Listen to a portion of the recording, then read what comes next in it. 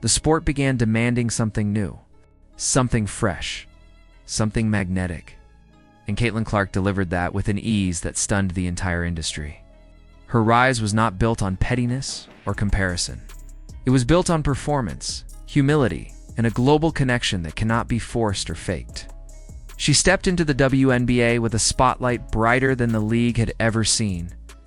Yet she wore it lightly, letting her game speak with clarity. At the same time, fans began noticing the difference between the athlete who embraced the moment and the one who resisted it. That difference is now shaping the future of Team USA for A'ja Wilson. The exclusion from Team USA's December camp was more than a roster omission. It was a message. A reminder that international basketball operates on a different clock, a different code, and a different vision. Team USA has always been built on unity and adaptability. Players who elevate the brand represent the nation gracefully and fit seamlessly into the culture of the program, become the backbone of the team. When Wilson's public behavior shifted into a string of passive-aggressive posts, comparisons, and subtle digs at Clark, the narrative around her began to erode. What once appeared as confidence began to look like insecurity. What once felt like leadership began to feel like resistance. And in the world of elite sports, perception matters as much as production. Clark, meanwhile, continues to rise with the kind of momentum that reshapes entire systems. Her game is dynamic. Her presence is electrifying. Her fan base grows by the hour. She brings in new viewers, new sponsors, new opportunities. She breathes new life into the sport every time she touches the ball. She is becoming the first true crossover star in women's basketball. Someone who transcends leagues, continents, and generations. And Team USA knows it. They want a roster that reflects the future, not the past. They want players who lift the program globally. They want athletes the world will tune in to watch. Clark is that athlete. The December camp is more than a list of names. It is the gateway to the next decade of dominance. It is the breeding ground of chemistry, leadership, and identity. As Clark walks into Duke University, she is not walking in as a hopeful participant. She is entering as one of the defining forces of the new era. The coaches know it. The players know it. The fans feel it. Her presence means the entire system is turning toward a new direction. And for A'ja Wilson, that reality is unavoidable. There is something profoundly symbolic about the timing.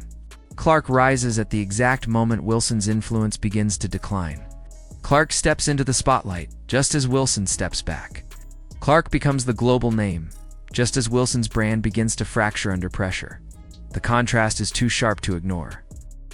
It tells a story of evolution, of a changing landscape, and of a sport ready to redefine itself for a new generation. Wilson's achievements are cemented in history, but history does not dictate the future. The future belongs to those who adapt, who elevate, and who lead with grace. That is what Clark represents. And that is why Team USA has placed their trust in her. Even the silence surrounding Wilson's absence speaks volumes. No defense. No explanation. No reassurance from the Federation.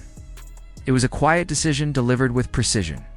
A decision built on months of evaluation and reflection. A decision that carries more weight than any public statement could. When a player of Wilson's stature is omitted, the reason is not oversight. The reason is direction.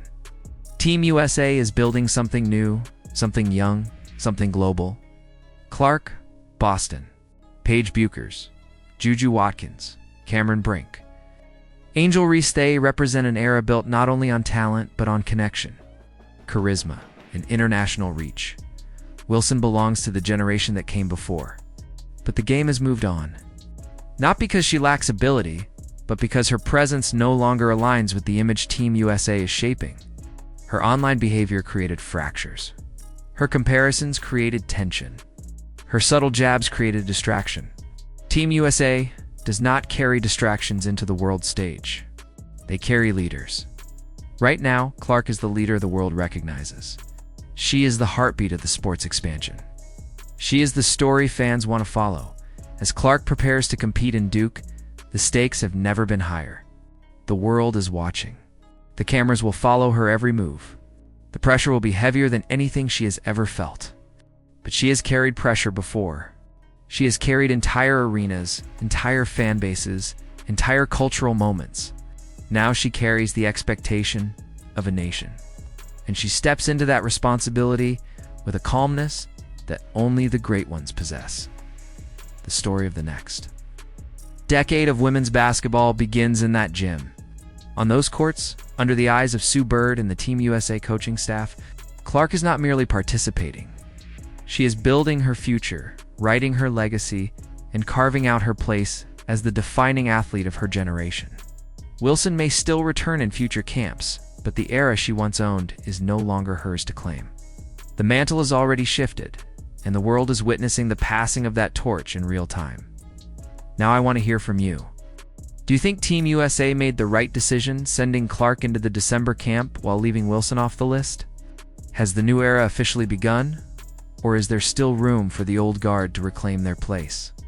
And which players do you see forming the core of America's next championship run?